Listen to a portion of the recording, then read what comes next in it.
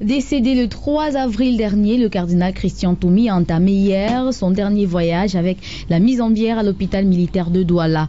Il sera inhumé ce jour dans l'enceinte de la cathédrale Saint-Pierre et Paul de Douala où il a été pendant de nombreuses années archevêque émérite. Plusieurs personnalités religieuses du monde ont tenu à être présentes afin de saluer la mémoire du prélat parti à l'âge de 91 ans. Le président de la République, quant à lui, s'est fait représenter par le Premier ministre Joseph Dion Ngouté, ce qui n'a pas surpris les esprits habitués. Voilà, donc on en parle ce matin. Est-ce que le cardinal Christian Toumi méritait la présence effective du président de la République lui-même à ses obsèques ce 20 avril, ce jour même? C'est la question qu'on tentera de répondre. Qu'est-ce qu'on retient du cardinal? Et pour en parler, Edmond Kamga, on l'a dit, est là pour nous accompagner ce matin, mais également vous, le frère Farah Pataï Mathurin de la congrégation, on va le dire, des frères du Sacré-Cœur. Bonjour à vous. Bonjour. Voilà, merci de nous retrouver sur Radio Kylos. Également en ligne avec nous ce matin, Père Lado Ludovic. Bonjour mon père. Bonjour. Alors, nous commençons par vous, Père Lado Ludovic. Alors, qu'est-ce qu'on retient du cardinal Christian Toumi? Quel est votre témoignage? En bref, c'est un grand homme d'église. À ce que les humains puissent en juger, je crois qu'il a vraiment toute sa vie l'a consacré au service de l'Église, mais aussi un grand citoyen camerounais. Et il tenait à ce que l'on ne sépare pas les deux volets, c'est-à-dire homme d'Église et citoyen camerounais. Et je crois que ce qui fait son originalité, c'est sa capacité à faire ce lien et à le faire de manière palpable, de manière concrète, ce que beaucoup ne réussissent pas toujours. Est-ce que ça vous gêne, vous êtes choqué que le président Paul Biya ait envoyé le Premier ministre pour les obsèques du cardinal? Non, pas du tout. Le président Paul Biya ne va aux obsèques de personne. Qu'est-ce que cela, pour vous, quel sens, quelle signification cela a pour vous, cette non-représentation, cette non-présence du président lui-même?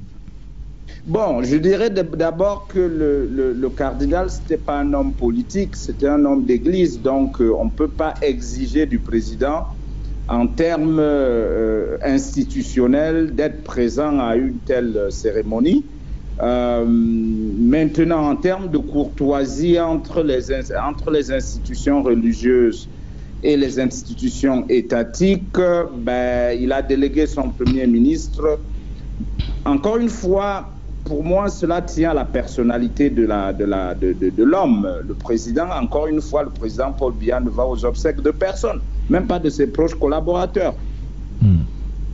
Edmond Kamga sur le président Paul Biya qui ne sera pas à Douala aujourd'hui. Ce n'est pas une surprise du tout. Effectivement, généralement, le chef de l'État, le président Paul Biya, se fait toujours représenter lors des obsèques des personnalités publiques et même les personnalités qui sont dans les milieux privés comme les milieux confessionnels. Il s'est toujours fait représenter. Il n'y va presque jamais, sinon jamais. Et même, on le voit plutôt présent lorsqu'il y a des obsèques dans sa propre famille. Voilà. Il va même à la morgue, à la levée de corps. Sa sœur, par exemple, tout récemment. On l'a vu récemment. Oui. Mais on ne le voit pas dans les obsèques de personnalités officielles. Et c'est regrettable parce que, compte tenu de la personnalité du Christian cardinal Toumi, compte tenu du rôle qu'il a joué dans l'histoire de ce pays, de l'Église, de ce qu'il représentait au Cameroun, en Afrique et dans le monde, compte tenu de l'impact de sa présence et du rôle qu'il a joué même pour l'Église au nom de l'Église catholique au Cameroun, auprès des papes Jean-Paul II, Benoît XVI et jusqu'au pape François, je pense que le chef de l'État aurait dû faire ce déplacement. Mais je dis que je ne suis pas surpris qu'il n'ait pas pu faire ce déplacement parce que, rappelez-vous, non seulement il n'y va pas d'habitude aux obsèques des personnes autres que sa famille, mais il a un bon prétexte Vous savez, depuis plus d'1 an, le coronavirus, il est pratiquement en confinement. Il s'est même confiné avant. Donc, c'était pas évident de l'attendre ici à Douala. D'accord. Donc, on va cesser ces polémiques, rester sur le cardinal Christian Tomi et l'œuvre du cardinal Christian Tomi. Tout récemment, on s'était promis qu'on reviendrait sur cette œuvre-là. Davantage, c'est qu'il a écrit Edmond Kamgia et ces anecdotes qui peuvent évidemment nous permettre de comprendre qui il était. Oui, Christian Cardinal Tomi a beaucoup écrit. Oui. Il a écrit des ouvrages religieux, il a rédigé des ouvrages qui ont une vision politique, économique, sociale et culturelle. Il a fait plusieurs publications, même concernant sa propre formation de philosophe. D'ailleurs, il m'a enseigné la philosophie pendant au moins 3 ans. Et s'il fallait énumérer, je dirais qu'ils sont très nombreux, mais il y en a des principaux qu'on pourrait citer. Oui. Et le tout premier qu'il a rédigé, vraiment, lorsqu'il était dans toutes ses dispositions mentales, spirituelles et la force de l'Arche, c'est l'ouvrage Les 2 régimes politiques, Aïdjo Bia, Christian Tomi prêtre, où il fait le bilan, n'est-ce pas, de ses rapports avec l'État du Cameroun et les régimes d'Aïdjo et de Paul Biya. Et dans ce livre-là, fourmi d'anecdotes, beaucoup d'histoires, dans ses rapports, ses relations personnelles entre les 2 chefs d'État, ce qui était tendu par moments, mais parfois apaisé. Et il y a eu beaucoup de situations complexes dans cet ouvrage. Il y a eu un autre ouvrage qu'il a publié, Ma foi, un Cameroun à remettre à neuf, oui, dont j'ai parlé ici la dernière fois, qui est un véritable projet de société dont pourraient s'approprier les leaders politiques pour changer le Cameroun. Et d'ailleurs, quand il a publié cet ouvrage, qui porte sur vraiment tous les secteurs de la vie politique, économique et sociale du Cameroun, et même sur la dimension spirituelle et religieuse, il a souhaité que les Camerounais s'en approprient pour avoir sa pensée sur le Cameroun d'aujourd'hui et de demain, sur sa vision du Cameroun. Et il y a d'autres ouvrages qu'il a publiés, comme le recueil d'entretiens qu'il nous a accordé, à moi personnellement, et à un journaliste de l'Effort camerounais, Libre propos d'un visionnaire. Donc, il m'a accordé cette interview en tant que journaliste de La Nouvelle Expression, et a fait Antoine de Paduchona, de regretter mémoire, qui lui posait des questions dans le cadre des interviews à l'Effort camerounais. Donc c'est un ouvrage, entretien dans lequel il a recueilli ou qui rassemble l'essentiel des interviews importantes qu'ont publié La Nouvelle Expression et l'Effort camerounais entre 2003 et 2016. Et ces entretiens reflètent également sa pensée dans le domaine ecclésial et social, dans le domaine économique, culturel et même dans le domaine politique, parce que chaque fois il avait une vision politique. C'est pour cela que je dirais qu'au niveau des anecdotes, il a été soupçonné plusieurs fois par le gouvernement de vouloir être candidat à l'élection présidentielle, notamment les années 1997 et en 2004. Oui. 97 parce que c'était l'année du boycott par les principaux partis de l'opposition de la présidentielle. Et je me rappelle, parce que j'étais un peu au four au moulin dans mes rapports avec les leaders politiques et autres, qui avait rencontré le cardinal Christian Tomi, n'est-ce pas, à l'évêché, et qui, ce n'est pas une véritable confidence pour ceux qui savent comment ça se passe, qui avait estimé que, puisque les conditions ne sont pas totalement réunies pour aller aux élections à cause d'une mauvaise loi électorale et autres, ils se sont demandé si le cardinal Christian Tomi ne pouvait pas s'engager, n'est-ce pas, politiquement, et puisque c'est quelqu'un c'est un homme de consensus qui était écouté par tous, c'est-à-dire par tous les camps, que ce soit du camp de pouvoir qui était certes frileux, mais par les progressistes du pouvoir, ainsi que par l'opposition et les forces de la société civile. Est-ce qu'on peut dire qu'il s'inscrivait dans une forme de théologie de la libération? C'est une expression qu'il n'a pas beaucoup aimée, oui, mais dont il connaît très bien le contenu historique, oui, par rapport au combat mené par, n'est-ce pas, certains membres du clergé avec les laïcs en Amérique latine pour sortir les populations de l'oppression.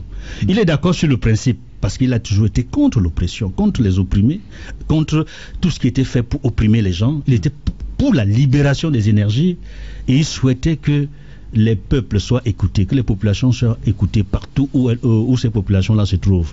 Donc il n'aimait pas beaucoup l'expression théologie de la libération. Il était entaché de beaucoup d'étiquettes. Il aurait pu être... Mais sur le contenu, il était d'accord. Il aurait pu être le président du Cameroun, comme l'a été un certain Jean Bertrand en Haïti, un prêtre catholique.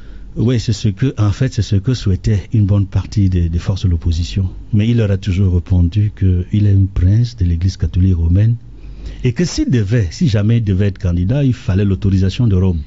Parce qu'il est évêque, il est archevêque, il est cardinal, il a été créé cardinal et il a des missions en tant que prince de l'église catholique. Et il estime, là c'est à titre personnel, parce que j'ai eu des échanges avec lui dans ce sens, qu'il n'est pas normal qu'un membre du clergé ou quelqu'un de sa dimension joue un rôle que devrait logiquement jouer un laïc. Il a même eu l'impression que si il devait, parce qu'il n'est pas interdit en tant que citoyen camerounais pour lui d'être candidat, mais il estime que si il est appelé à jouer un tel rôle, c'est que eux, c'est-à-dire que les membres du clergé, quelque part, ont échoué dans leur mission de formation des laïcs, pour qu'ils soient de véritables citoyens engagés en politique et dans tous les domaines pour réaliser ce qu'on attend des laïcs dans une société libre et démocratique. Alors oui, Père Ludovic Lado, justement sur cette question de l'ordre politique, comment vous appréciez la demande que des fidèles ont, des Camerounais ont de voir des prêtres s'engager en politique? Écoutez, c'est une dialectique assez compliquée, et la lecture même de l'Église là-dessus est très nuancée. C'est-à-dire que il faut faire la différence entre le politique et la politique. Un membre du clergé a le devoir d'être attentif à la manière dont la cité est gérée et surtout si cette gestion, et vérifier que cette gestion s'appuie sur des principes de justice sociale. Donc il doit être un veilleur, parce que l'Église a le devoir, bien évidemment, d'interpeller les hommes politiques qui gèrent, donc ceux qui gèrent la cité, pour qu'ils soient de vrais dispensateurs de la justice sociale et des bons serviteurs du bien commun. Et je crois que ce rôle-là, le cardinal l'a joué parfaitement, il était dans son rôle. Maintenant, faire la politique au sens partisan du terme, c'est-à-dire avoir un parti politique, avoir des partisans, ainsi de suite. L'Église est extrêmement méfiante et n'encourage pas le clergé à emprunter cette voie-là pour des raisons très objectives. C'est que un prêtre est censé diriger une communauté ou s'adresser à des gens qui appartiennent à qui ont des opinions politiques très différentes, et chacun a tout à fait le droit d'adhérer au parti qui est le sien. Alors de ce point de vue, je veux dire, de ce fait, si un prêtre lui-même est dans un camp, il va aliéner les autres et sa parole ne portera plus. Donc ça, c'est la raison principale pour laquelle, pour s'engager en politique au sens partisan du terme, l'Église exige que la personne suspende son statut de prêtre et qu'il fasse la politique avant de rejoindre les rangs si le besoin s'impose. On l'a vu à Haïti, on peut être tout à fait prophétique comme prêtre, mais faire un mauvais président. Aristide n'a pas réussi comme président. Donc je crois que là, il n'y a pas de panacée, et je comprends tout à fait la sagesse de l'Église quand elle dit que un membre du clergé ne devrait pas faire la politique partisane. Mais comment devrait justement, je veux dire, vous qui êtes très engagé, votre exemple nous permet de bien voir que vous faites à votre manière, à votre façon de la politique. Père Lado. Oui, mais je ne suis militant d'aucun parti.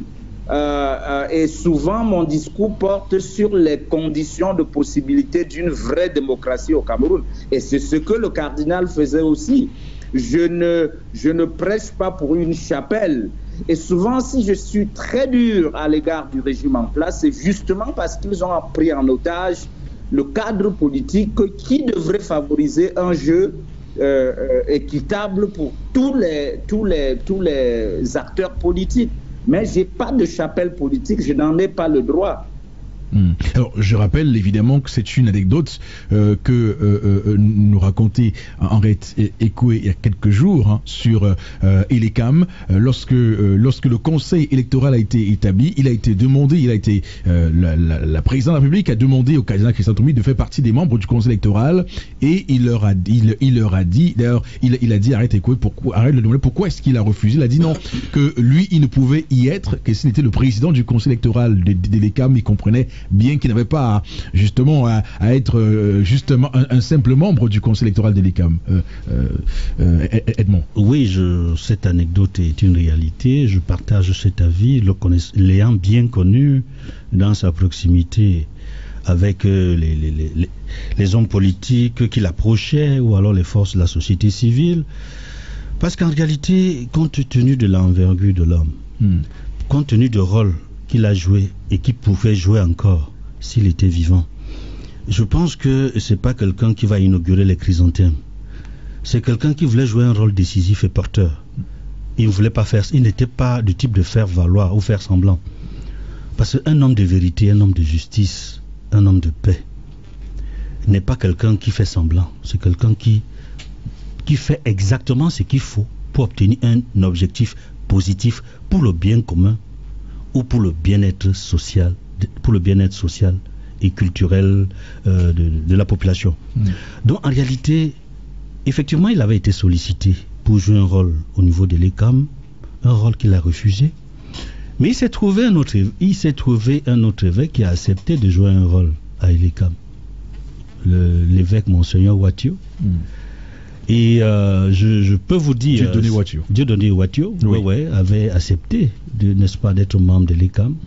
Et je peux vous dire ici qu'il avait été prévenu avant qu'il accepte. Le cardinal Toumi lui avait dit avant, parce qu'il avait été sollicité avant qu'il y ait la confirmation.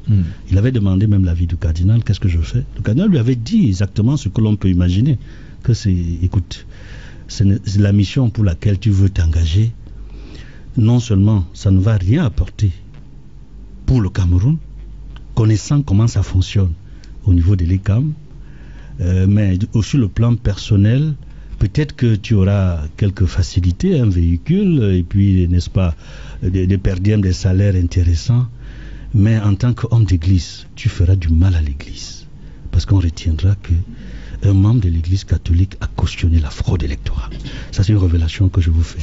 Et je peux vous dire que sur le tard, Monseigneur Dieudonné Watio, je crois qu'il est encore vivant, oui, a reconnu, même s'il n'a pas dit publiquement, que le cardinal Christian Toumi avait raison. Il a démissionné. Il avait fini par démissionner de ses fonctions à l'ECAM. Voilà un peu des choses qu'il faut noter dans la sagesse du Christian cardinal Toumi. Surtout que Monsieur Watio a compris qu'il ne pouvait pas infléchir les positions. Il était d'ailleurs minoritaire, quelle que soit la position qu'il ait pu prendre au sein du conseil électoral.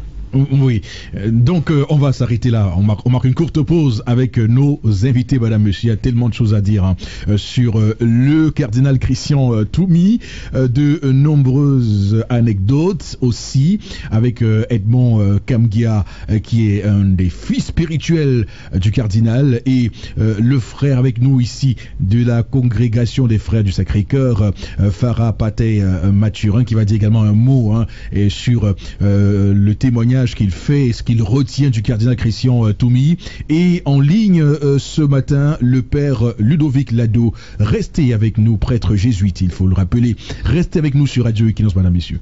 Merci Marcelin pour cette deuxième partie de la revue de presse signée dans la capitale politique. On s'intéresse encore ce matin au décès du cardinal Christian Toumi et des différentes anecdotes qui ont pu encadrer toute son existence jusqu'aujourd'hui, que ce soit autant au plan politique, social et même culturel. Vous nous étiez entendu parler tout à l'heure de Monseigneur Dieudonné Watio qui avait intégré ELECAM et qui avait fini par démissionner justement parce que le cardinal Christian Toumi avait prévenu que ça serait sorti comme ça, il aurait été reconnu comme la personne ou encore le prélat qui a admis la fraude électorale. Maintenant, on aimerait revenir dans les anecdotes un peu plus récentes concernant particulièrement la crise dans le nord-ouest et le sud-ouest, parce qu'on sait quand même qu'il a été impliqué au premier plan dans le cadre de l'organisation de la conférence anglophone qui n'a jamais eu lieu.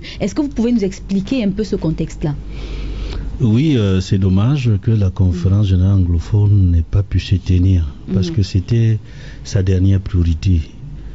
Parmi les nombreuses priorités dans lesquelles le Cameroun croupit, il estimait que la crise anglophone qui a commencé en 2016 et qui dès 2017 s'est transformée en guerre, à travers la déclaration que Paul Biya de retour, n'est-ce pas, d'un séjour à l'étranger, a faite à l'endroit des groupes séparatistes sécessionnistes qui commençaient déjà à attaquer des cibles, parmi lesquels des policiers qui étaient morts et des hommes en tenue, notamment des militaires et des forces de défense et sécurité.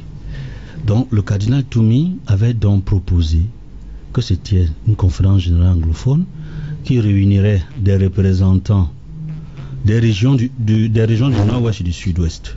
Parce que l'ensemble de ces deux régions comporte 13 départements. Alors il disait que les fils et filles des 13 départements des régions du nord-ouest et du sud-ouest se feraient représenter à la conférence générale anglophone. Cela permettrait à ces populations-là, à nos frères et sœurs du pays, de dire exactement qu'est-ce qu'ils veulent.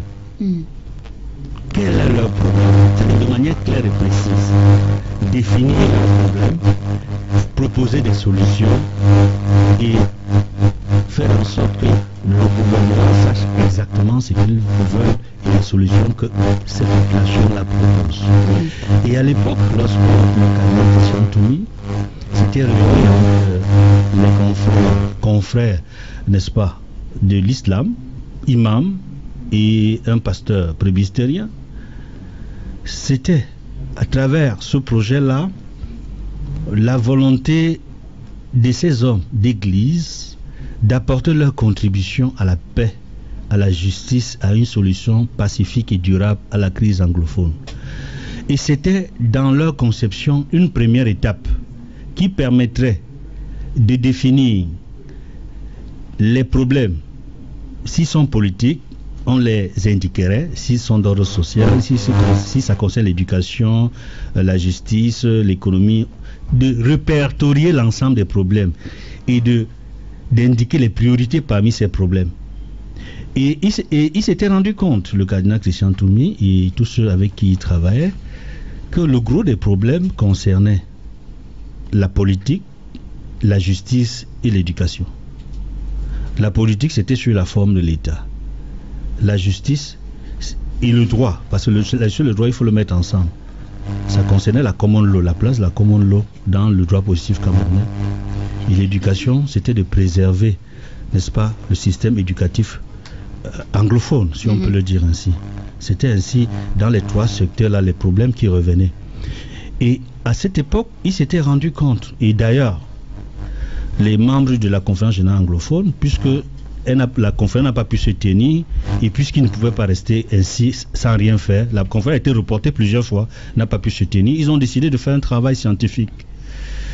Une délégation est allée en Occident, en Europe, aux États-Unis, au Canada, rencontrer les donneurs d'ordre, c'est-à-dire que ceux qui financent, n'est-ce pas, l'Ambazonie ou les groupes sécessionnistes. Ils ont discuté avec chacun d'eux pour savoir qu'est-ce qu'ils veulent exactement et comment ils entendent s'autodéterminer, puisque de ce côté-là, ils parlent davantage d'autodétermination ou d'indépendance.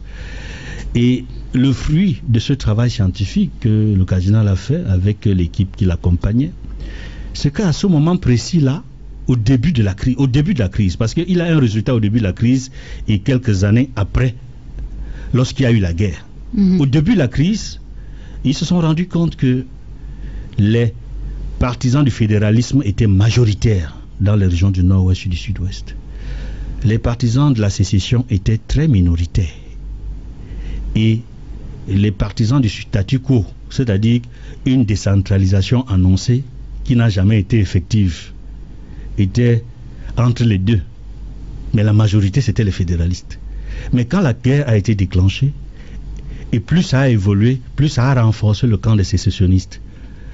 Et 3-4 ans après, au moment où le cardinal est décédé, à travers les échanges qu'on a eus, il m'a confirmé que le camp des sécessionnistes est largement majoritaire dans l'opinion de nos frères et sœurs du nord-ouest et du sud-ouest, que ce soit à l'intérieur du pays ou à la diaspora. Les sécessionnistes sont majoritaires. Et je pourrais expliquer les raisons pour lesquelles ce groupe-là est majoritaire. Allez-y. Ce groupe-là est devenu, les sécessionnistes sont devenus majoritaires en partie grandement, c'est-à-dire grandement en partie, c'est dû à la faute. Une faute, je dis bien faute, ça c'est l'expression que j'utilise. La faute du gouvernement dans sa manière de gérer cette crise.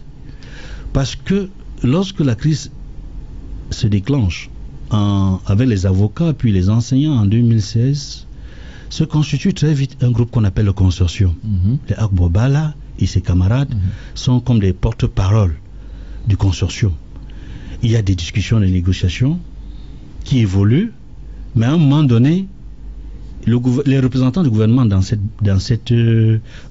rencontres qui se faisaient, n'est-ce pas, à Bamenda ou à Boya, selon la disponibilité des uns et des autres, a montré que le gouvernement n'était pas très... Les représentants du gouvernement ne voulaient pas résoudre un certain type de problème par rapport aux demandes, n'est-ce pas, des populations, de ceux qui représentaient les populations du nord-ouest et du sud-ouest dans ces rencontres du consortium. Et la situation s'est progressivement radicalisée. Au moment où le gouvernement commence à apporter les solutions sur le plan des enseignants, sur le plan de la justice, ou alors au niveau des solutions qui sont prises pour résoudre le problème des avocats. C'est-à-dire, pour le problème des avocats, il s'agissait simplement d'une traduction, n'est-ce pas, du document de l'OADA en anglais. Ça n'existait pas. Ça a été fait. Et d'autres solutions plus ou moins cosmétiques ont été utilisées. Mais il y en a qui sont sérieuses aujourd'hui. Je veux dire que le fait qu'il y ait des départements dans les universités qui concernent la common law, une section common law à la Cour suprême, la formation dans une section de common law à l'ENAM et autres, ce sont aujourd'hui des acquis, mais ce n'était pas la solution. Ce n'était pas la solution. Si vous permettez, justement, à ce niveau-là, oui. Il s'est passé exactement que, au cours de ces négociations, le ministre d'État, il n'était pas ministre de l'État à l'époque, oui, de l'en-charge de l'enseignement supérieur, M. Famdongo, les syndicalistes enseignants lui avaient dit, parce qu'il avait exigé que les réformes qu'on a commencé à faire au niveau du primaire et du secondaire se fassent au même moment que dans l'enseignement supérieur. On lui a donc rétorqué que les réformes au niveau de l'enseignement supérieur nécessitent l'intervention du chef de l'État, décret et autres. Il a dit non. Donc c'est là où ça a chopé. Donc je voulais apporter cette précision-là. Effectivement, tout à fait. Voilà, pour dire la chose que, parce que pour le consortium, la Bombala, il disait oui, pour éviter des probables revendications futures, mieux vaut et prendre un certain nombre de choses en compte et les résoudre une fois. Le gouvernement a donc pensé qu'il y a une idée derrière la voilà, tête. En tout cas, donc, en fait, l'historiographie en rapport avec cette crise au tout début montre bien que les solutions qui ont été prises par le gouvernement ont été prises un peu beaucoup plus tard. Parce que, on va dire, c'est comme une plaie, et d'ailleurs, Bengal le rappelle le plus souvent, lorsqu'une plaie arrive... lorsque votre fils vous dit le matin, maman, papa, j'ai mal au pied, 2 jours après, le Simon Nopsi de 100 francs ne peut plus. Ce sera peut-être une intervention chirurgicale. Donc c'est l'image qu'il fallait montrer. Alors justement, le père Ludovic Lado, sur ses adieux au Kazakh Christian Toumi, est-ce que vous regrettez qu'il soit parti, qu'il soit décédé, alors que la crise anglophone reste encore à solutionner? Ben écoutez, en Afrique, à 90 ans, on a le droit de mourir. Je pense que le cardinal a fait sa part et c'est à nous de continuer son œuvre. Donc, il ne pouvait pas vivre éternellement, même Jésus n'a pas vécu éternellement sur terre. Donc, bien évidemment, il y a des chantiers sur lesquels on peut constater qu'il n'a pas vu les fruits de son travail. L'alternance politique, par exemple, il a eu l'occasion de dire à notre cher président qu'à sa place, il se serait retiré. Et donc, il aurait bien souhaité voir la démocratie à un autre niveau que celui qu'on a aujourd'hui. Et donc, il ne l'a pas vu. Et bon, on peut à la limite... La crise anglophone, ça aussi, je crois qu'il part sans voir les fruits de ses efforts. Et moi, je conclus simplement en disant que même Moïse n'a pas vu la terre promise, mais nous, je veux dire, dans une logique de foi, et c'est peut-être ça qui me permet de garder l'espérance, dans une logique de foi, nous croyons que il va continuer à travailler du ciel, et souvent du ciel, on est plus efficace que sur la terre. C'est ça qui fonde mon espérance. Et donc, le cardinal, on l'enterre aujourd'hui, mais encore une fois, dans une logique de foi, nous sommes convaincus qu'il continuera à œuvrer avec ceux qui vont reprendre le flambeau et le garder allumé pour que notre pays, justement, grandisse en matière de démocratie, de justice, de meilleure gestion du bien commun, du vivre ensemble. Et ce sont des causes qui le tenaient à cœur et il a fait sa part. Il a le droit de se reposer. Également dans cette émission ce matin, l'abbé Willy Bertrand Chamgoué, qu'on va retrouver dans un court instant en ligne avec nous. On nous signale évidemment que la collection est repartie. On va retenter à nouveau de l'avoir, l'abbé Willy Bertrand Chamgoué. Mais Père Ludovic Lado, l'autre question qu'on pourrait être tenté de vous poser ce matin, c'est de savoir qu'est-ce que ceux qui se considèrent aujourd'hui comme les fils spirituels et qui s'inscrivent dans la même logique de combat que le cardinal, qu'est-ce qu'ils doivent faire pour la suite? Ben, c'est de prendre la relève. C'est de prendre la relève. Je crois que monsieur Kamgia l'a si bien dit. C'est en fait aux laïcs de reprendre ce flambeau, surtout s'ils se considèrent comme ses fils spirituels, parce que le rôle que jouait parfois le cardinal, c'est un rôle que l'Église attend des laïcs. Et donc moi je crois que à ce niveau-là, ils sont un certain nombre qui se réclament de cette généalogie spirituelle. Et je crois qu'aujourd'hui, il est temps que les laïcs se mobilisent et travaillent en synergie pour porter ce combat-là à un autre niveau, sans nécessairement attendre tout le temps que ce soit le clergé qui prenne les devants. Parce que souvent, on a l'habitude de dire « Oh, l'Église ne fait rien »,« Oh, l'Église ne fait rien ». Mais en réalité, parce que quand on dit Église, on croit que ça doit être nécessairement le clergé. Or, la doctrine de l'Église est très claire là-dessus. Pour l'engagement socio-politique, ceux qui doivent prendre le devant, ce sont les laïcs. Et le clergé doit être là pour éclairer leur conscience, les accompagner et les soutenir. Et donc, j'espère qu'il y aura ce déclic-là au niveau du Cameroun et peut-être de l'Afrique tout simplement parce que le mouvement des laïcs a du mal à décoller dans beaucoup de nos pays africains, surtout sur le terrain socio-politique. Peut-être un pays qui fait un peu l'exception, c'est la République démocratique du Congo, où on a vu récemment justement des mouvements de laïcs se mettre en branle pour exiger un meilleur cadre d'action politique et les évêques venaient en appui. Et donc, je crois que ça peut faire tache d'huile. Donc, je ne peux que les encourager à reprendre le flambeau et à continuer à se laisser inspirer par ce grand homme. Alors, l'abbé Willy Bertrand Chamgoué, bonjour à vous.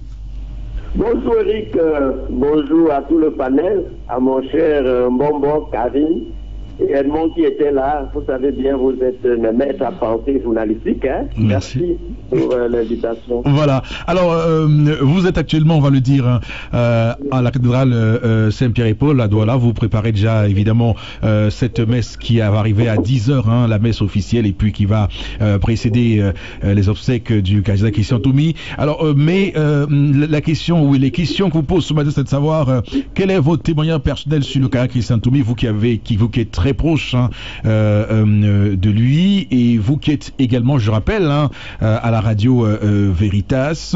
Qu'est-ce que vous retenez de lui, et en sus, vous nous direz quelles sont les informations, les règles de l'Église sur comment se passent les obsèques d'un cardinal, quelles sont les différentes étapes de la journée qu'on s'apprête à vivre.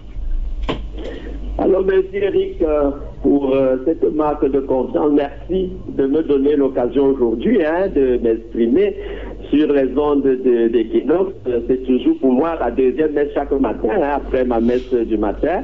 La deuxième, faut le dire, c'est d'abord Equinox. Écouter Equinox matin avec On refait le Cameroun. Et j'ai toujours écouté avec beaucoup de plaisir, n'est-ce pas, les intervenants. Aujourd'hui, que je suis aussi un privilégié, je ne peux que rendre grâce à Dieu. Alors le cardinal, vous le savez bien, un cardinal, c'est un haut dignitaire de l'Église catholique, choisi par le pape et qui est chargé de l'assister. Il fait partie du collège des cardinaux. Et on a souvent pensé que le rôle du cardinal, c'est tout simplement élire le pape.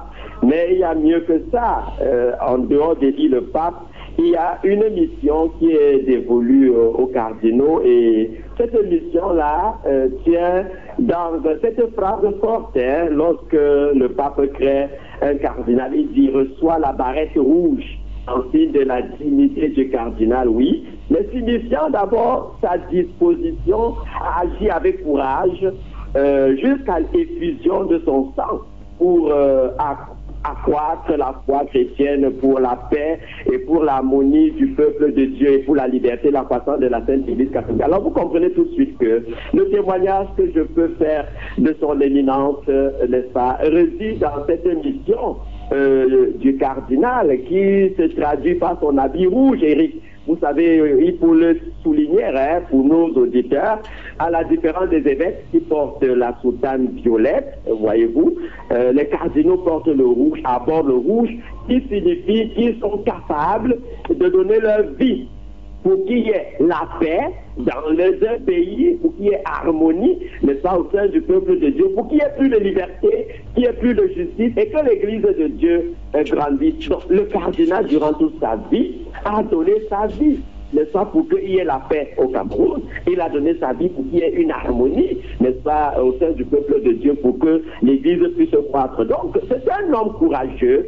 Il faut le dire, c'est d'abord le courage, parce qu'on peut être prélat, on peut être pasteur, on peut être prêtre, mais un peu timide et timoré et parfois corrompu, ça peut arriver. Mais c'est un homme libre, c'est un homme courageux, et c'est un homme visionnaire, parce que il y a quelqu'un qui a dit un jour, on voit loin, un homme qui voyait loin.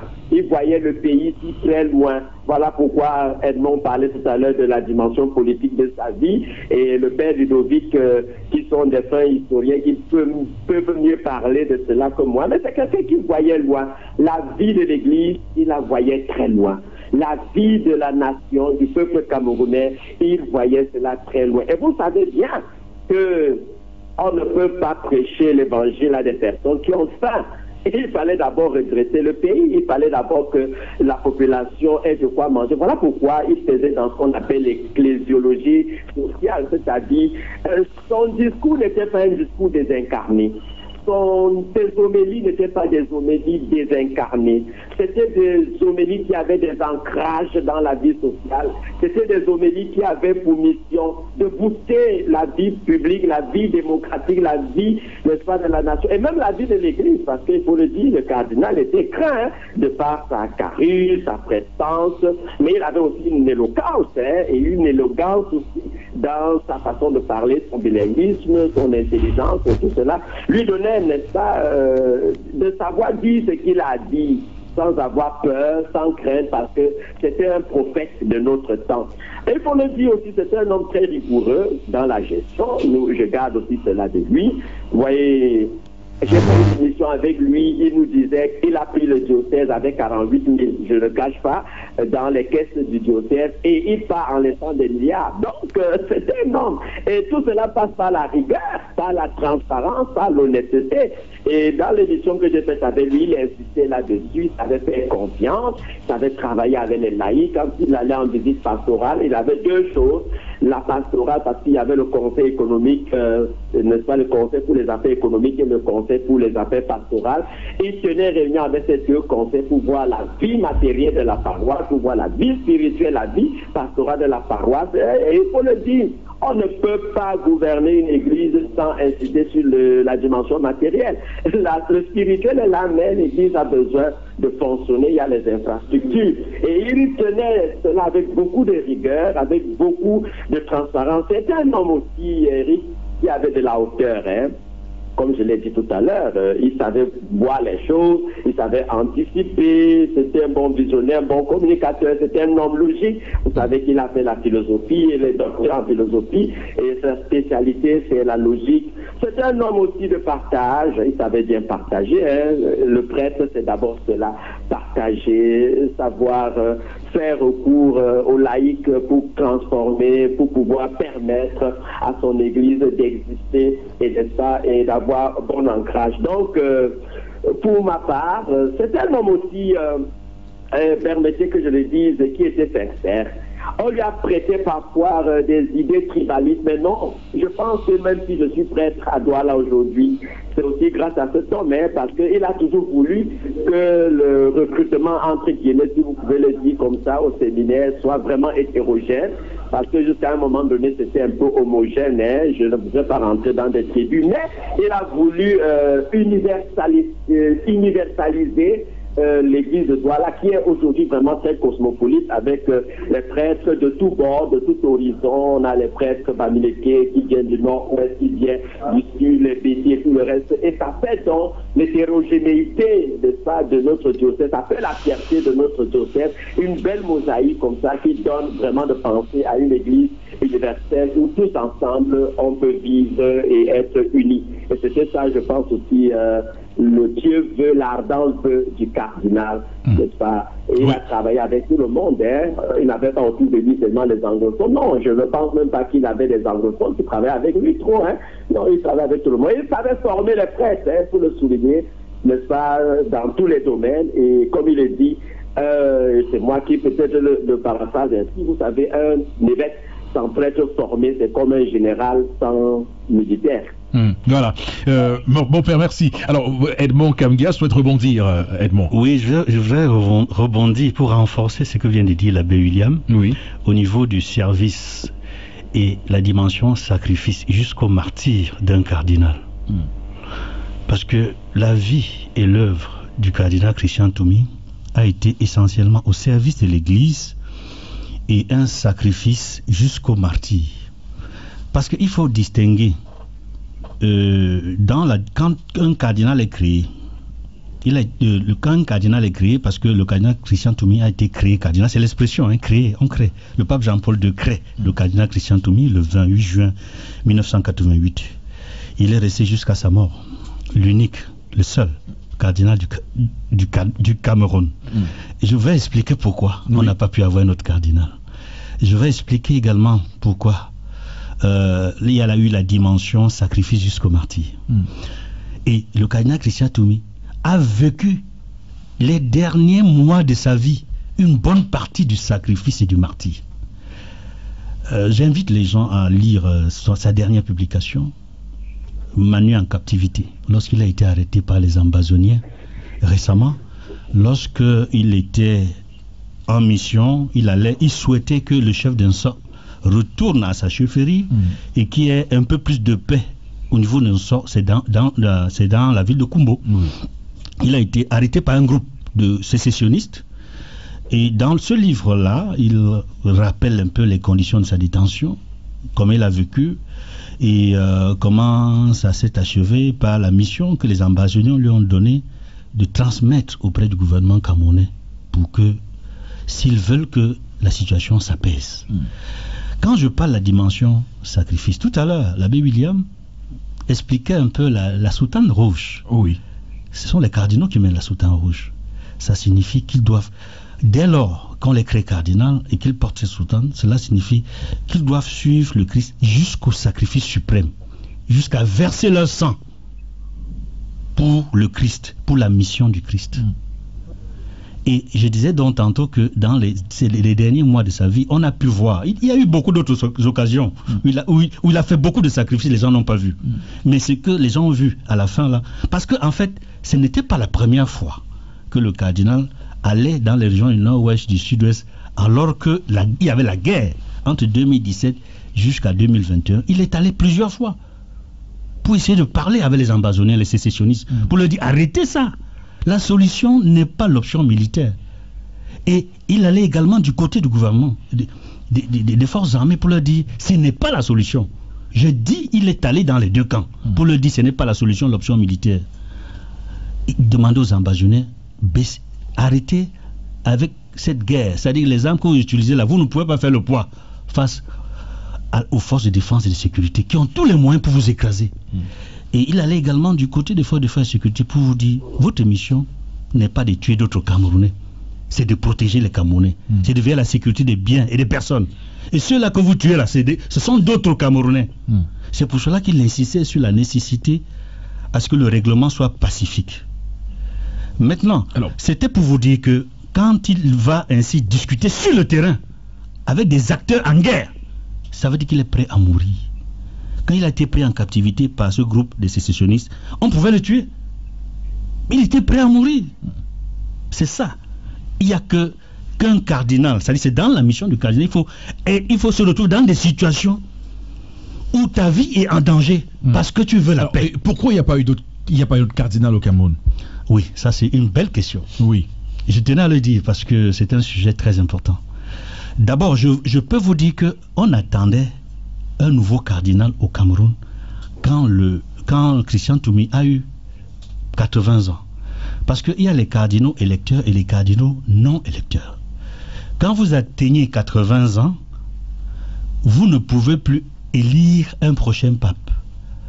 Vous restez cardinal conseiller du pape, vous restez. Parce qu'on est cardinal à vie jusqu'à la mort. C'est-à-dire que c'est pour cela que j'expliquais la notion de sacrifice. Verser son sang, être prêt à mourir pour le Christ, faire tout ce que le Christ demande pour sauver le peuple de Dieu partout où il se trouve.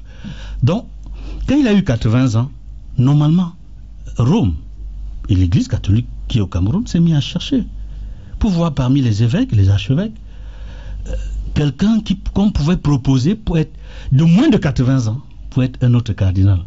C'est-à-dire quand il est devenu cardinal, quand il a eu 80 ans et plus, il fallait on était en droit d'attendre et on continue à attendre un cardinal qui aurait moins de 80 ans. Mais on a cherché, on n'a pas trouvé. Mais comment ça? Parce qu'il faut beaucoup de qualités pour être créé cardinal. Beaucoup de qualités. Beaucoup de qualités. Parmi lesquelles le sacrifice, quelqu'un qui est prêt au sacrifice. Quelqu'un qui est un homme de vérité, qui dit des vérités. Comment on mesure ça? Quelqu'un qui ne fait pas semblant. Mais comment on mesure ça? Regardez la vie de l'homme. Oui. Regardez ses homélies. Regardez les actions qu'il a menées. Entre sa désignation, bon, je pourrais partir de sa nomination comme évêque à Yagua, archevêque à Garoua et puis archevêque à Douala. Mais je préfère rester à partir de sa création comme cardinal pour voir ce qu'il a fait entre 88 jusqu'à sa mort. C'est vrai que les qualités on les cherche avant, mais tout son parcours, quand vous lisez les deux régimes, Ahidjo Biya, Christian Toumi prêtre, vous avez des éléments qui montrent comment il a affronté le régime. Est-ce que vous savez, il le dit dans cet ouvrage, pour ceux qui l'ont lu, qui ne l'ont pas encore lu, il a été au tribunal militaire sous le régime Ahidjo. Il a été entendu devant le tribunal militaire. Et pourquoi? Parce qu'il a dénoncé face à face avec Ahidjo. Il a dit, monsieur, ce que vous faites n'est pas conforme à la Constitution. Vous ne pouvez pas encourager l'islamisation des populations du Cameroun, du Grand Nord.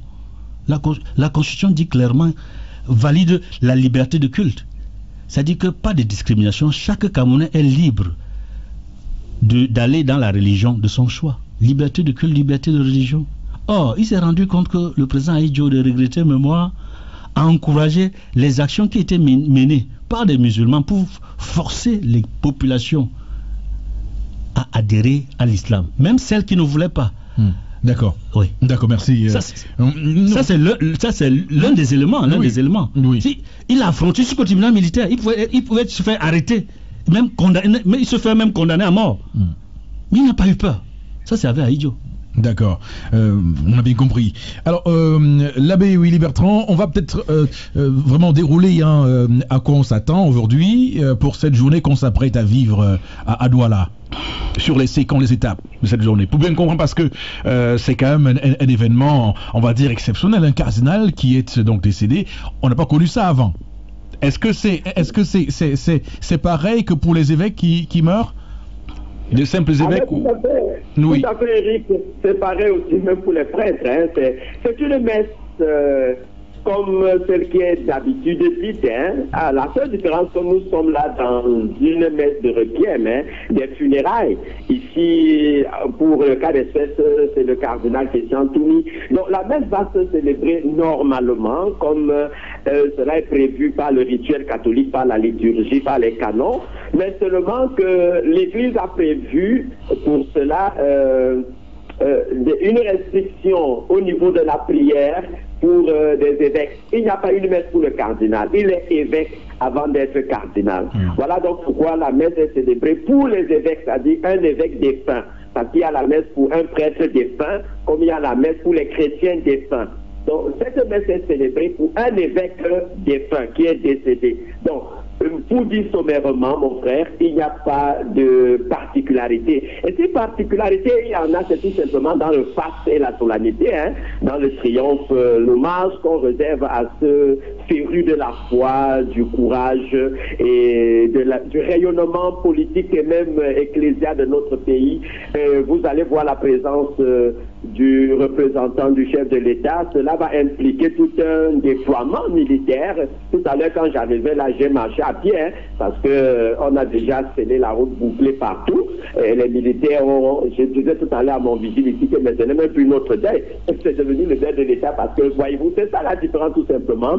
Les autorités seront là, tous les évêques seront là, et puis ça va donner une autre coloration à la chose, à cette messe-là. Il faut dire que c'est la même messe. Vraiment, il n'y a pas de différence. Après, on va lui faire la soupe comme tout le monde, Eric. Le reste, on va l'enterrer peut-être. La différence aussi, c'est qu'il sera enterré à l'intérieur de la cathédrale. Entrer à la cathédrale à droite, au fond de l'église, il y a le caveau des évêques là, et puis tout est prêt pour qu'il repose désormais dans la cathédrale où il a servi avec joie, avec abnégation, avec zèle prophétique. Et donc, dit qu'il y a quelque chose de particulier liturgiquement, non. D'accord. En tout cas, merci à vous. On va vous libérer. Vous serez au four et au moulin. L'abbé Willy Bertrand Chamgoué, je rappelle évidemment journaliste. C'est pourquoi il a toute cette facilité à dérouler comme il le fait. Donc, vous serez chargé de commenter pour la Radio Veritas cette affaire. Merci à vous, mon père. Je vous remercie et je remercie nos nombreux auditeurs et tous les autres qui ont pu donner de comprendre ce que c'est qu'un cardinal. Je vais ajouter peut-être pour sortir, non? Oui. Que ce que mon grand frère Edmond disait tout à l'heure, dans le choix d'un cardinal, il faut bien le dire que ce n'est pas d'abord sa science théologique ou doctorale ou son rayonnement politique ou mondain qui compte pour tel ou tel évêque, mais c'est d'abord son caractère, n'est-ce pas, ou bien son expérience concrète, des réalités de terrain. Et c'est ce que j'ai parlé d'ecclésiologie ecclésiale.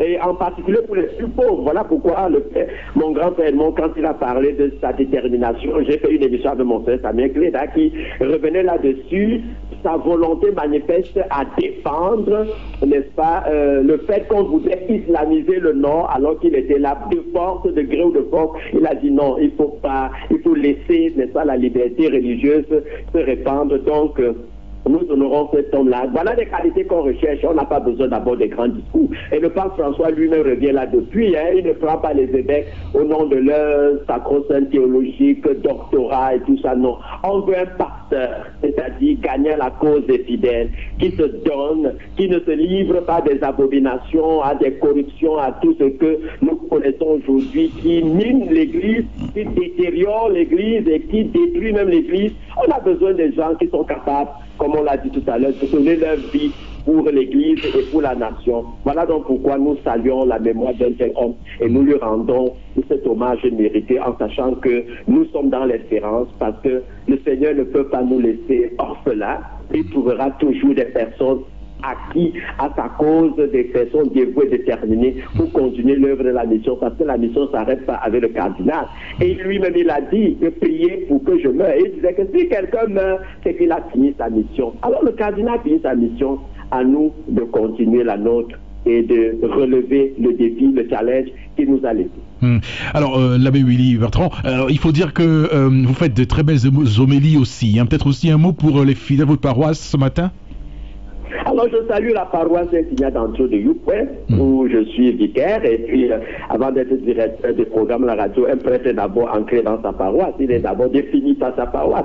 Je fais des homélies, ça fait le tour des réseaux sociaux, je ne pas ça mon frère, je ne sais pas quand elles sont c'est pour dire que je fais dans l'ecclésiologie ecclésiale aussi. Alors, l'évangile doit rejoindre les gens dans leurs préoccupations, l'évangile doit rejoindre les gens dans leurs difficultés, dans leurs problèmes de couple, de gestion, d'organisation, de vie politique et tout le reste. C'est ça l'évangile. C'est pas un évangile désincarné, mon cher. Et je me donne toujours ce défi-là de ne pas rester dans des élucubrations intellectuelles et rhétoriques et d'essayer d'épouser le quotidien des fidèles. Et même, on est arrivé à me dire un jour que toi, tu fais des choses à vérité. Là-bas, tu parles tellement, ça qu'on viendra un jour t'arrêter ou te battre. Là-bas, je dis que mais qu'on commence par arrêter mon évêque avant d'arriver sur moi. Parce que je fais la mission qu'il m'a confiée et c'est la mission de Jésus-Christ. Dit la vérité et c'est cela que le cardinal a témoigné toute sa vie. Alors je prêcherai toujours la vérité, je serai un prêtre prophète jusqu'à la fin des temps. Merci beaucoup mon père. Madame, monsieur, restez avec nous sur Radio Équilibre, c'est une courte pause et après nos auditeurs seront appelés à nous appeler. Merci. Une matinale pas comme les autres. Bonjour chez vous, c'est un réveil pas comme les autres. Bonjour chez vous sur la 93 FM Radio Equinox. 656 62 22 22 670 54 70 49. C'est l'instant des auditeurs sur la radio ce moment. Vous pouvez appeler pour partager avec nous votre expérience avec le cardinal Christian Toumi, vos commentaires sur l'actualité d'aujourd'hui, surtout les obsèques qui sont accordées au cardinal Christian Toumi. Allô, bonjour. Bonjour madame. Bonjour monsieur, comment on vous appelle? Je m'appelle Franck Christophe. D'accord, on vous écoute. Oui, franchement, ce que moi je pourrais dire ce matin, c'est que par rapport à mon frère cardinal Toumi, pour moi, il n'est pas mort, il allait se reposer, puisqu'il continue à nous enseigner. Alors, comme Socrate aussi est parti il y a comme des siècles aujourd'hui, il continue à nous enseigner. Alors pour moi, pour mon frère cardinal, il n'est pas mort. Il est en repos et il continue d'enseigner. Et si vraiment tout le monde pouvait prendre conscience, ça se référer vraiment au comportement de mon frère cardinal, je pense que le pays et le Cameroun pour vraiment avoir un changement. Merci beaucoup et bonne journée. Merci à vous de nous avoir appelé ce matin. Allô, bonjour. 656 62 22 22 670 54 70 49. Vous avez certainement connu le cardinal Christian Toumi, peut-être pas de manière personnelle, mais peut-être vous avez entendu des actualités concernant notamment l'homme en lui-même et surtout ses combats. Vous étiez au fait des dernières actualités le concernant. Certainement, vous avez envie de faire des commentaires ce matin. C'est l'instant de nous appeler au 656 62 22 22. 32 ou alors au 670 54 70 49 sur Radio Equinox 93 FM. Bonjour chez vous se poursuit avec l'instant des auditeurs. Allô, bonjour. Allô. Bonjour. Bonjour. Bonjour, comment on vous appelle? Je suis Grégoire de Dorbassi. On vous écoute, Grégoire. Bon, merci. Quand j'ai compris tout le débat là, vraiment, ça m'a beaucoup étonné. Hein. Parce que je sais que quand tu es mort, c'est ce que la Bible dit. Je sais aussi que la Bible dit que l'Église, c'est les chrétiens. Je sais aussi que Jésus seul a versé son sang pour nous sauver. Aucun être humain ne peut dire qu'il a versé son sang pour sauver. Quand j'ai compris tout ça, la Bible dit très bien que les vivants savent qu'ils vont mourir, mais le monde ne se rend compte de rien. Tout ce que ta main trouve à faire, fais-le. Parce qu'il n'y a ni cache, ni connaissance, ni science dans le séjour du monde où tu passes. Et la Bible interdit à un vrai chrétien de faire politique. Parce que la politique, c'est le langage du diable. C'est diable. Le premier président congolais était Philippe Youlou. Il a terminé comment? Le président Haïti était président. Il a terminé comment? Donc, celui qui veut servir, comme Jésus a demandé, doit s'éloigner de la politique. D'accord. Ok, merci pour cet appel, monsieur. Sur l'autre ligne. Allô, bonjour. Allô? Oui, bonjour. Good morning. Good morning. Good morning, sir. Your name, please. Ça t'est coupé. Oui, la communication a été coupée. Voilà. 650, on va s'arrêter là pour les auditions ce matin. Merci infiniment. Edmond, rapidement, on va finir avec les anecdotes. Hein, je vous en prie. Oui, je voulais dire ici que c'est parce qu'on n'a pas pu trouver un évêque ou un archevêque ayant toutes les qualités pour être créé cardinal que le pape François a créé cardinal l'archevêque de Bangui, Monseigneur Dieudonné Zapalenga, qui est actuellement le plus jeune cardinal dans le collège cardinaliste. Et le pape François est très fier de la visite qu'il a effectuée à Bangui. C'est à Bangui qu'il a, pour la première fois, enlevé ses chaussures et entre dans une mosquée. Il est fier de ceux qui ont proposé Dieudonné Zapalenga pour devenir cardinal. Oui. Je ne vais pas donner le nom de ceux qui l'ont proposé. Ah oui, on a bien compris. On a bien compris ceux qui ont donné le nom. Alors d'autres aussi, une ou deux parce que le temps nous tient à la gauche. Oui. Une, c'est entre Paul Biya et Christian Cardinal Toumi sur l'âge. Une fois, le cardinal Christian Toumi et Paul Biya se retrouvent à Rome, parce que très souvent ils se retrouvaient à Rome quand il y avait des événements concernant les États et l'Église catholique. Une fois ils se sont retrouvés là-bas, le cardinal Christian Toumi, chaque fois, quand il discute avec le Paul Biya, il lui parle en tant que lui grand frère et Paul Biya petit frère. Et comme officiellement, dans la biographie de Paul Biya, il est né en 1933. Il est né le 13 février 1933.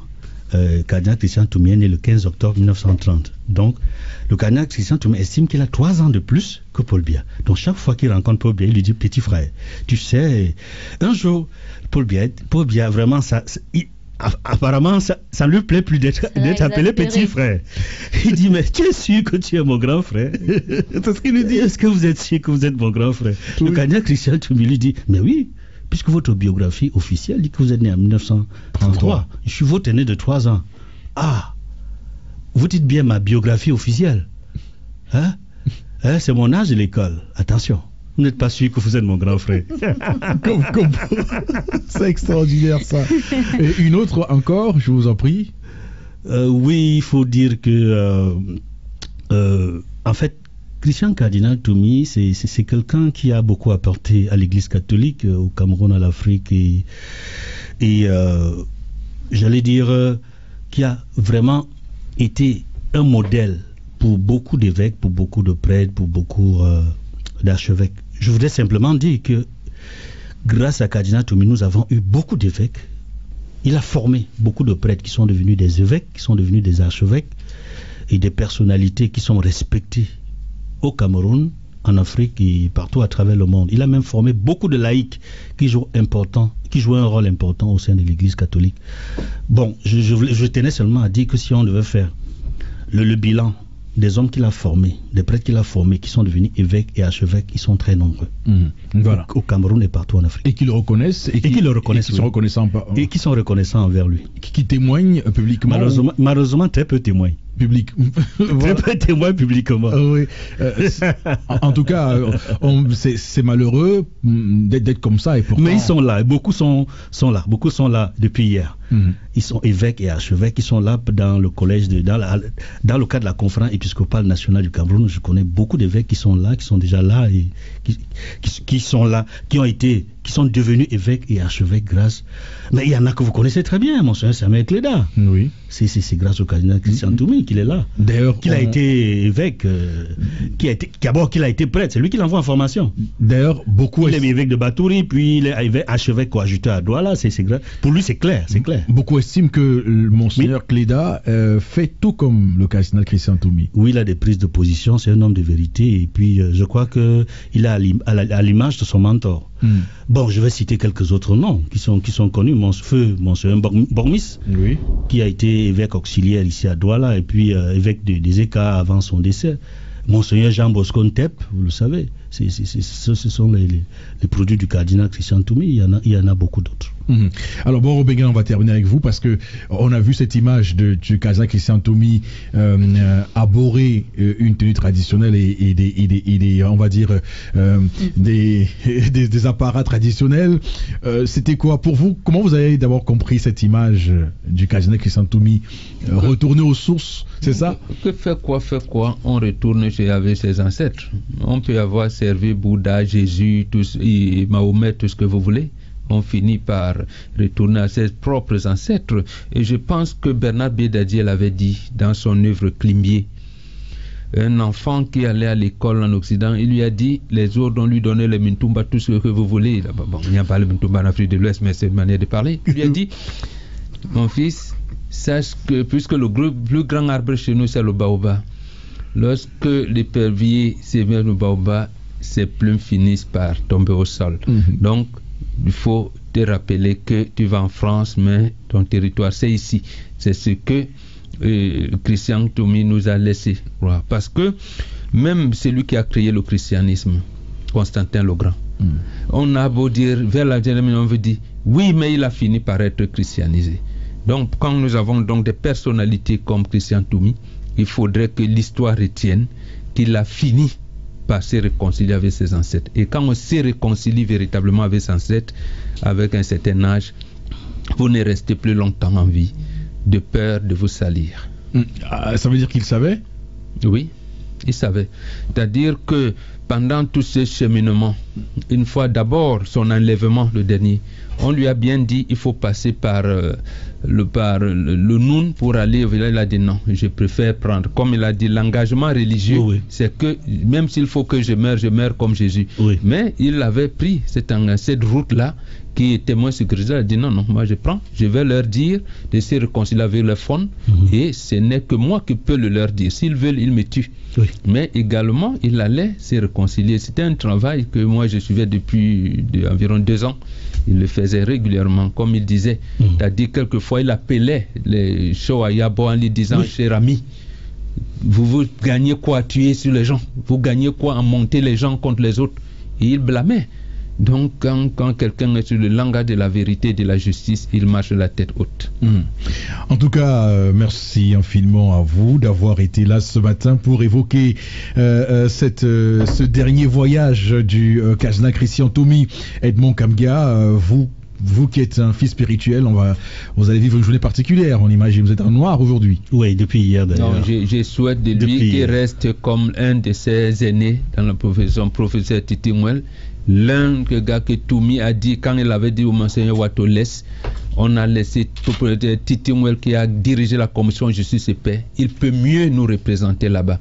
Donc nous qui sortons la soutane, restons de côté. Je pense que Edmond, il pourrait le faire en tant que laïc. Non, je ne dis pas nécessairement pour entrer au gouvernement. Non, je veux dire, c'est lui, il y a Edmond, il y a comment je veux dire, Titi Mouel et d'autres qui peuvent porter dans la laïcité les paroles que l'Église aurait pu cheminer dans le public. D'accord. Paix à l'âme de Christian Cardinal Toumi. Je voudrais que nous ayons tous une pensée pieuse en ce jour, à son image, à l'image qu'il a laissée au Cameroun, à la postérité, et pour que les valeurs éthiques et morales qu'il a promues notamment la vérité, la justice, la paix, l'honnêteté, soient des valeurs cardinales pour nous tous. D'accord. Madame, Monsieur, passez une bonne journée. Rendez-vous demain à 6h. Que Dieu bénisse le Cameroun. Bonjour chez vous. Information et divertissement. Entre 6h et 9h.